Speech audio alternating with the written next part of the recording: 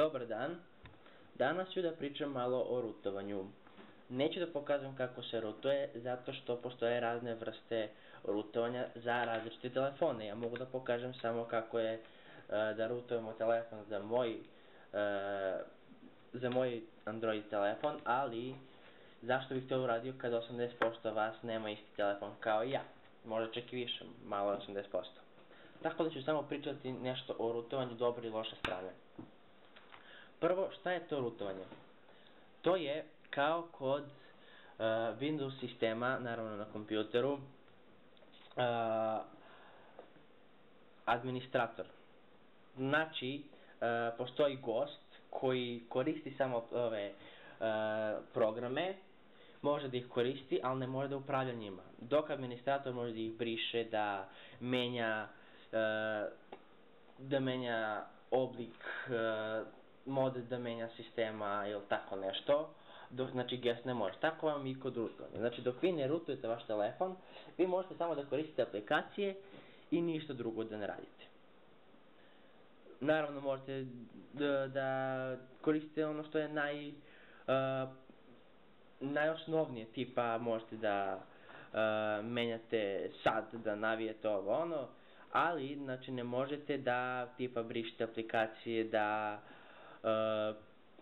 nemam pojma, ne možete da overclockujete ili tako nešto, dok kada rutujete vi bukvalno postajete admin. Znači možete da overclockujete, da instalirate nove aplikacije, da snimate ekran, da instaliravate nove romove, to jest nove sisteme i tako dalje. Sada, možete također znači da ga ubrzate. Zašto bi trebali da rutujemo telefon? Trebalo bi da rutujemo telefon da bi mogli znači se osloboditi nekih aplikacija koje nam potpuno ne trebaju ili koje dobijemo uz naš sistem. Tipa, imamo Telenor prodavnicu ili MTS vodič ili VIP, nemam pojma da neću da lupam. I sad to nama ne treba. I sad šta mi da radimo s tim? Samo nam uzima memoriju. I sad znači mi rutujemo naš telefon, skinemo aplikaciju koja može da obriše te programe, to je aplikacije, i mi tako čistimo memoriju. Deo memorije, naravno. To je jedan od razloga. Tipa, možemo da instaliramo neke aplikacije koje zahtevaju root, ili možemo da overclockujemo, možemo da instaliramo wireless hotspot ili tako nešto. To su znači neke stvari koje bi trebali,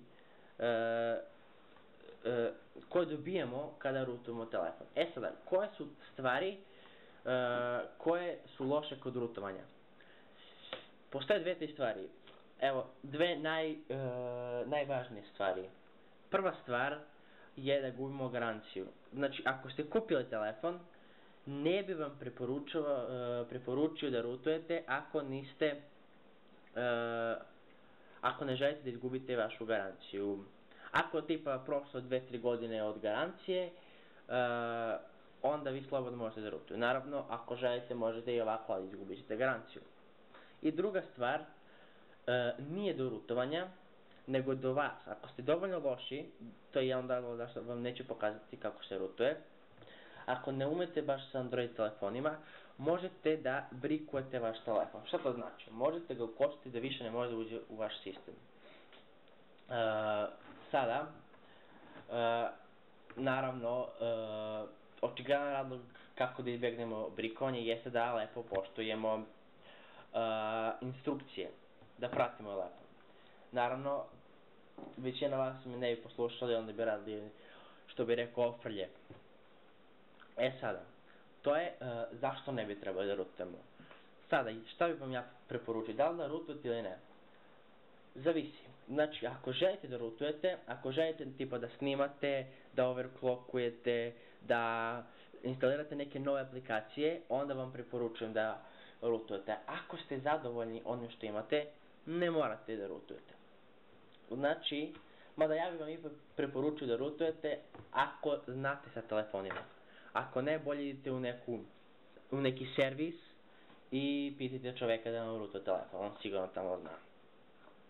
Sada da nabrojim neke aplikacije i programe koje mogu da rootuju vaš telefon. Tip ovako. Prva i najpoznatija aplikacija za telefon je ZFroot.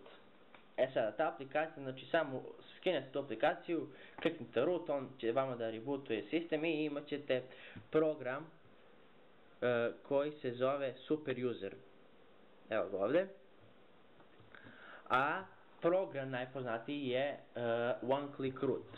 Sad kako on radi? Pa po istom principu kao ZFroot, samo na kompjuteru. Znači, ali pre toga morate oditi u System Settings. Sad, ako ste veća verzija od 4.0, onda imate Developer Option, odete tu, imate ovaj Android Debugging i to uključite. Ako niste veća verzija od 4.0, odete u Application, pa onda u Developers i onda imate Debugging Mode.